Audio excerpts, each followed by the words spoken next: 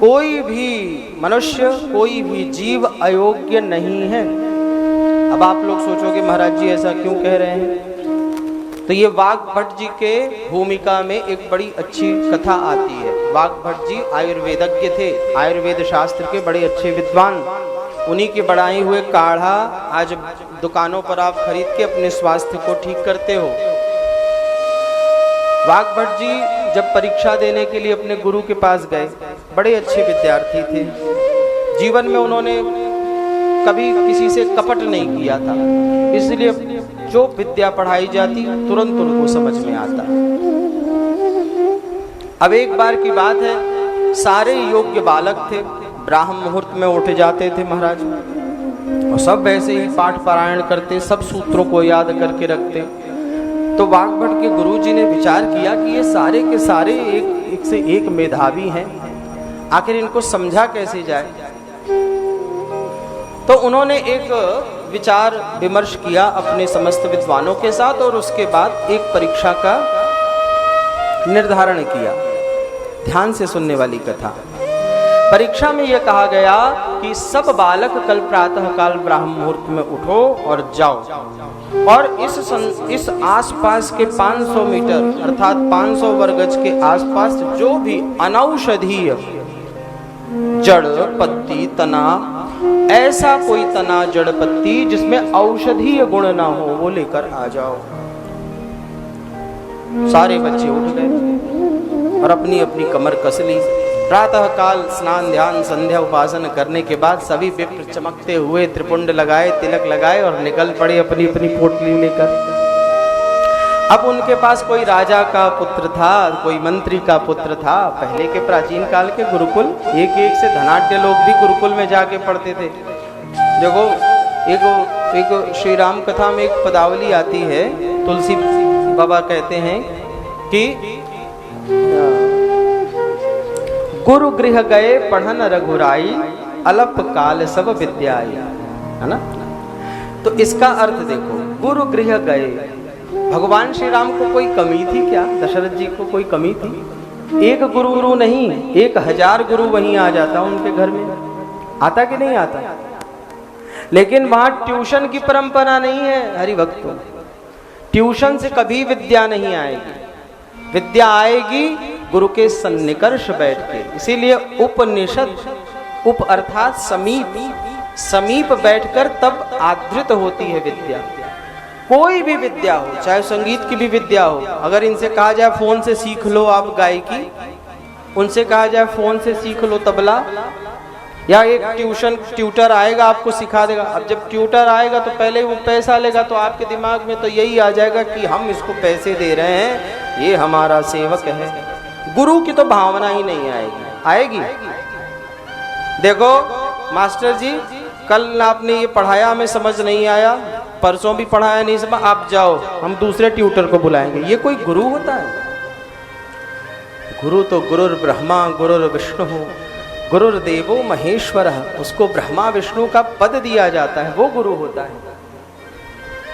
ये ट्यूशन से शास्त्र मत सीखना, गुरु के समीप जाकर बैठो, तब वह आधान होता है। तो बड़े बड़े लोग वहाँ पर पढ़ने के लिए गए थे, और सब लोगों ने अपने घरों में सूचना भी भिजवा दी कि देखो हमारे पास इतनी ढेर सारी औषधियाँ आ गई हैं कि मैं उसे उठा नहीं सकता।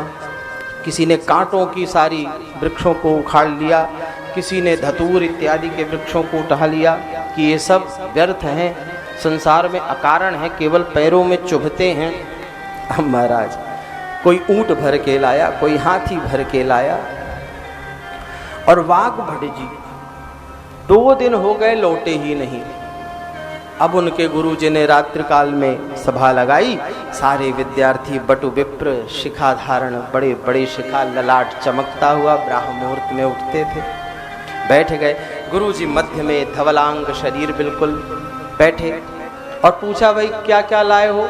तो सब कोई मुस्कुरा के कहे महाराज हम 2 ऊंट औषधि लाए हैं, जिसमें कोई 2 ऊंट वनस्पतियों को लाए हैं जिसमें कोई औषधीय गुण नहीं है। हम 1 हाथी भर के लाए हैं, कोई कहे हम 1 घोड़ा भर के लाए जिसमें कोई औषधीय गुण नहीं गुरुजी। और सारे मुस्कुराने लगे कि वाह, मैंने बहुत बड़ा तीर मारा है। वाग्भट जी बोले, गुरुजी बोले, वाग्भट नहीं दिख रहा है अभी तक, कहा वो तो लौटा ही नहीं, वो तो हर एक पौधों को खोद खोद के देखता, फिर दुखी होके आगे बढ़ जाता। सब हंसने लगे। अब 2 दिन बाद पुनः सभा लगी और वाग्भट जी रोते हुए आते हैं और गुरु जी के चरणों में बैठ के बिलख बिलख कर रोने लगे। कहा, गुरु जी, हमने ठीक से शिक्षा नहीं पाई। गुरु जी बोले, क्या बात हुई, क्यों शिक्षा नहीं पाए? कहा, गुरु जी, मैंने एक एक औषधियों को देखा लेकिन कुछ समझ में ही ना आया। अब पीछे बैठे सारे बट उसके ऊपर हंसने लगे कि ये तो कन्फर्म हो गया कि पास में यहाँ पे बैठे लोगों में टॉप कौन करेगा ये तो अलग विषय है, सबसे श्रेष्ठ कौन है ये तो अलग विषय है, लेकिन यहाँ पे अनुत्तीर्ण कौन होगा, फेल कौन होगा, ये कन्फर्म हो गया। वाग्भट जी कुछ नहीं लाए, यही पे। अब सब हा हा हा हा हंसने लगे। गुरु जी ने इशारा किया, शांत हो जाओ, क्योंकि उन्हें पता था ये क्या है। और महाराज यहाँ पर वाग्भट जी को अपने बगल में खड़ा करके कहते हैं कि वास्तव में तो सर्वश्रेष्ठ अंक इन्होंने ही पाया है, क्योंकि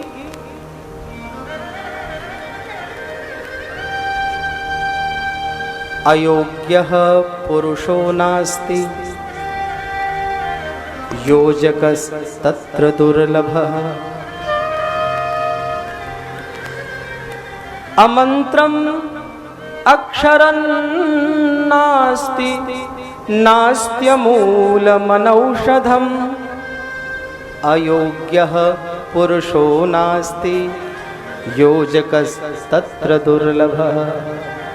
ये यही का श्लोक कि इस संसार में कोई जड़ ऐसा नहीं जिसमें औषधीय गुण न हो, वनस्पति हो, कोई ऐसा वनस्पति नहीं जिसमें औषधीय गुण न हो, उसको पहचानने वाला दुर्लभ होता है। सब में कोई कोई गुण विद्यमान होते हैं और इसी प्रकार से कोई ऐसा अक्षर नहीं है, क ख ग घ अंग जितने प्रकार के अक्षर हैं सब में मंत्रात्मक शक्ति होती है, पर उसे जागृत करने वाला दुर्लभ होता है।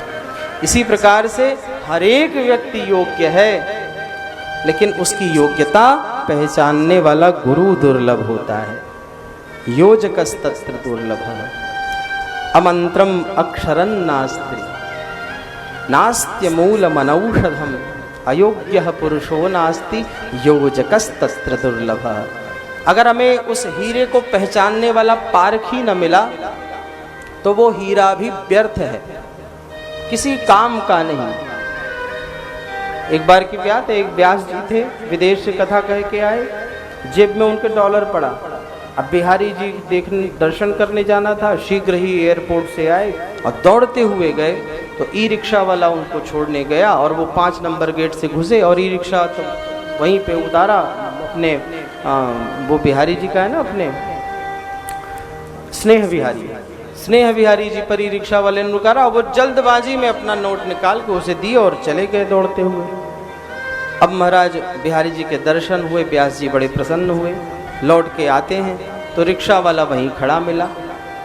कहा, व्यास जी पूरी दुनिया घूम के आए हो और हमसे इस तरह सा व्यवहार। कहा, क्या हुआ? कहा, ये पता नहीं कौन सा नोट पकड़ा दिए, इसको कोई समझ ही नहीं पाएगा, ये क्या नोट है। और उन्होंने देखा तो महाराज जो वो डॉलर था। अब बताओ, डॉलर को कह रहा है पता नहीं कौन सा नोट पकड़ा दिया, उसको तो वही 10 का नोट चाहिए था। तो अगर आप किसी चीज़ की पहचान नहीं कर पाते हो तो उसमें उस वस्तु का दोष नहीं है। आप किसी मनुष्य की योग्यता नहीं पहचान पा रहे हो तो उस मनुष्य का दोष नहीं है, पहचानने वाले का दोष है। बोले भक्तवत्सल भगवान की। अयोग्यः पुरुषो नास्ति योजकस्तत्र दुर्लभः। इसीलिए महाराज कभी किसी को गलत दृष्टि से न देखें। उसमें जो बताया ना कि कोई भी मनुष्य वो अपराधी नहीं होता, उसके विचार में पाप होता है। पापी कोई नहीं है, पाप विचारों में है। अगर विचार शुद्ध तो फिर उसका जीवन भी शुद्ध, और वो बिना सत्संग के नहीं मिलता। आप जो चाहो कि खूब मंत्र जप कर लो, खूब करो, अच्छी बात है, लेकिन उसके बाद आपका संग बिगड़ा रहेगा।